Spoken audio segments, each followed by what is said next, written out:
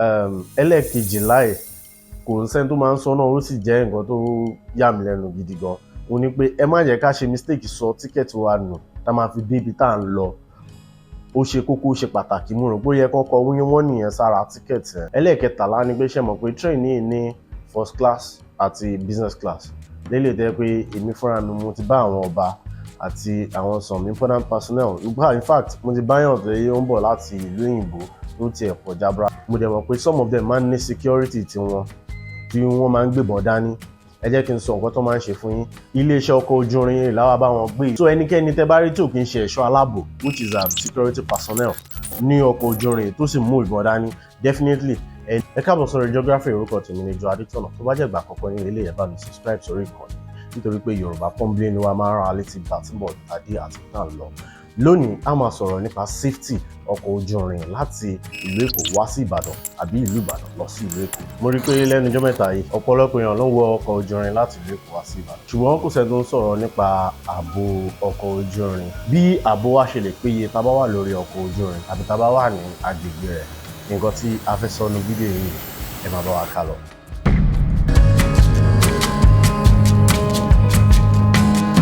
Ẹ káàbọ̀ padà sórí geography. Orúkọ tèmi ni Joe Adétọ̀nà. Tó bá jẹ́ ìgbà àkọ́kọ́ ní ilé Yorùbá Content ni wá lórí ìkànnì yìí. A máa ń rán wa létí ibi tá a ti ń bọ̀, ibi tá a dé àti ibi tá a ń lọ gẹ́gẹ́ bí ojúlówó Yorùbá. Lónìí gẹ́gẹ́ bá yìí sọ ní ìbẹ̀rẹ̀ fídíò yìí, a fẹ́ sọ safety ọkọ̀ ojú irin, àwọn nǹkan tá a ní ìdàtí mọ̀. Ilé tí mo dẹ̀ ti yan ọ̀nà sí ọ̀nà 16. So nǹkan aláwọ̀kọ́ tí mo fẹ́ ká mọ̀ ni pé gbogbo ala máa ń rí àmà yìí, but ó possible ká má mọ̀ nǹkan tí àmà náà ṣe.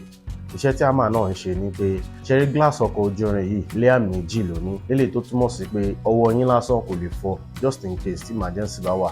Ṣùgbọ́n tẹ́ bá ti yọ àmà yìí lẹ máa là mọ́ glass yìí tó dẹ̀ máa jẹ́ kí glass yẹn fọ́ tí emergency bá wà tẹ́ máa gba ojú window jáde. Ìyẹn jẹ́ nǹkan alákọ̀ọ́kọ́ tí mo fẹ́ ká mọ̀. Nǹkan ẹlẹ́ẹ̀kejì tí mo fẹ́ ká mọ̀ ni pé ẹ jẹ́ ká wá sí iléeṣẹ́ ọkọ̀ ojú irin pẹ̀lú nose mask wa. Gbogbo wa la mọ̀ bí àjàkálẹ̀ àrùn tó ń lọ káàkiri orígun mẹ́rẹ̀ẹ̀rin àgbáyé ṣe rí lọ́wọ́ yìí. So nose mask wa ṣe kókó. In fact tí ẹ bá lo nose mask yín àti means of identification yín wọn ò ní gbé yín láti iléeṣẹ́ ojú irin yìí. Nǹkan ẹlẹ́ẹ̀kẹta tí mo rò pé ká mọ̀ ni pé gbogbo iléeṣẹ́ ọkọ̀ ojú irin tó wà láti Èkó sí Ìbàdàn ló ní iléeṣẹ́ ọlọ́pàá títí ẹ̀ bí emergency police station. So tẹ́ bá nídìí ẹ need àti complain, ẹ need àti report nǹkan tó wà very very important. Gbogbo iléeṣẹ́ ọkọ̀ ojú irin ló ní emergency police station.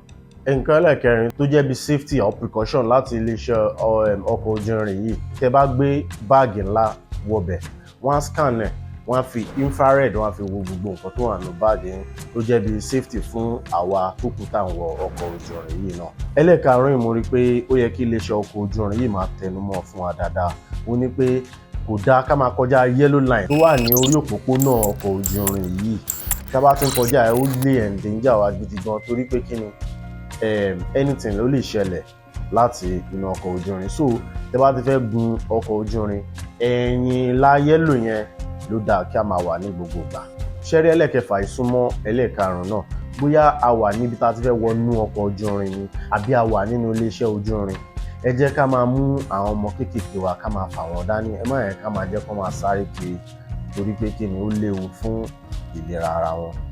Ṣẹ́rí ẹlẹ́ẹ̀keje ni pé bóyá a pẹ́ ra ticket, train wa ti ń move, ẹ wá fẹ́ sáré gùn, ó jẹ́ nǹkan tó burú jáì gidi gan. Àbí ilẹ̀kùn tí a wá fẹ́ force ara wọlé, ó jẹ́ nǹkan tó burú jáì. Ẹ jẹ́ kí train máa lọ ní ẹ̀rọ àti àlàáfíà tí ilẹ̀kùn train bá ti tì. Tó bá dẹ̀ jẹ́ pé old train yẹn náà ni tí train bá ti gbéra, ẹ má jẹ́ ká tiẹ̀ try ẹ̀ pé mo smart jẹ́ kí n sáré gùn. Ṣẹ́rí ẹlẹ́ẹ̀kẹjọ ẹ jẹ́ ká máa fi etí sílẹ̀ fún sí gbogbo àwọn announcement tí wọ́n máa ń ṣe láti inú iléeṣẹ́ ọkọ̀ ojú irin.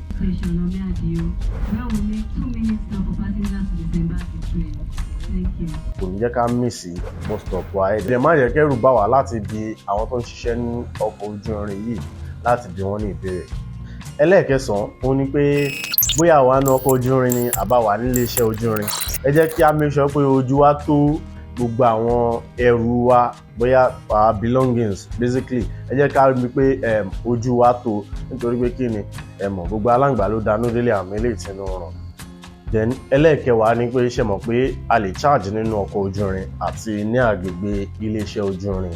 So mo fẹ́ kí a má gbàgbé pé ẹ jẹ́ kí ojú wa máa tó àwọn phones wa ní gbogbo ìgbà. Ẹ má yẹ ká plug síbí ká wá sọ pé a fẹ́ sáré ṣe nǹkan, àwọn ẹ̀ ń lọ toilet, mú fóònù yín dání tó bá jẹ́ pé inú ọkọ̀ ojú irin lẹ wà, tó bá dẹ̀ jẹ́ pé agbègbè iléeṣẹ́ ojú irin lẹ wà, wípé ẹ wá mú fóònù yín ẹ wá fẹ́ báyọ̀ sọ̀rọ̀, ẹ make sure pé ojú yín tó fóònù yín.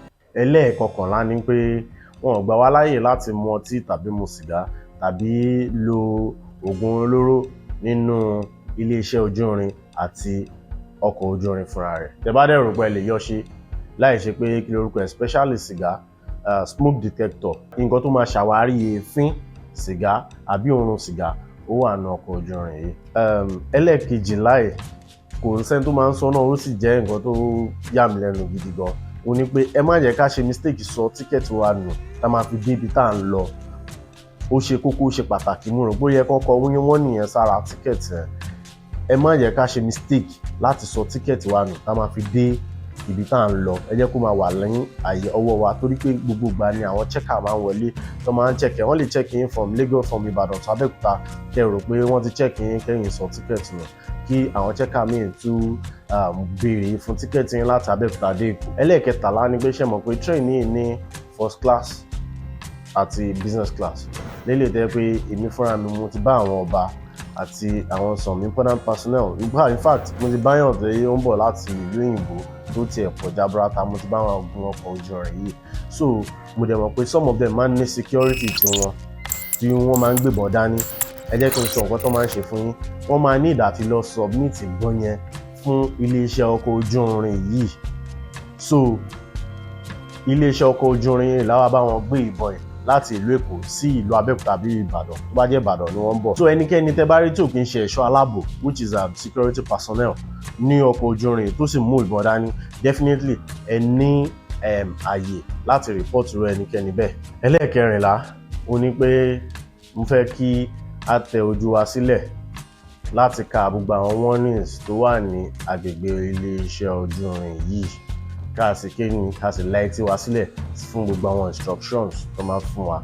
Ẹlẹ́ẹ̀karùndínlógún tí a mọ̀ sí 15 ó ní wípé tá bá ti sọ̀kalẹ̀ kúrò ní iléeṣẹ́ ojú irin, tá ti kúrò nínú iléeṣẹ́ ojú irin, ẹ jẹ́ ká wà very careful tá bá ṣe ń rí àwọn onímárúwá, ọlọ́kadà àti bẹ́ẹ̀ bẹ́ẹ̀ lọ, àwọn onímọ́tò tó fẹ́ gbé wa, nítorí pé wọ́n máa ń fẹ́ ṣáyé lé wa ju iye tá a gun ọkọ̀ ojú irin láti ibi tá a ti ń bọ̀ gan lọ. Tẹ́lẹ̀ tó túmọ̀ sí pé wọ́n fẹ́ gbà wá. Ṣé wá rí ẹlẹ́ẹ̀kẹrìnlélógún ó ní pé ẹ má gbàgbé láti subscribe sórí ìkànnì Yorùbá Pọ́nbélé ni wá. A máa ń rán wa létí ibi tá a ti ń bọ̀ gẹ́gẹ́ bí ojúlówó Yorùbá. A máa ń rán wa létí ibi tá a dé àti ibi tá a ń lọ. Fídíò míì tí mo fẹ́ kẹ́ mọ̀ òun ló ń jáde ní ẹ̀gbẹ́ mi yìí. Ẹ bá mi click ẹ wò, mo dẹ̀ mọ̀ pé ẹ ní kábàámọ̀ pé ẹ wò. Ǹjẹ́ kó tó dìgbà míì, orúkọ tèmi lẹ́ẹ̀kan sí ni Jo Adétọ̀nà. Ẹ sì má gbàgbé láti like ara yín. Ó dàbọ̀.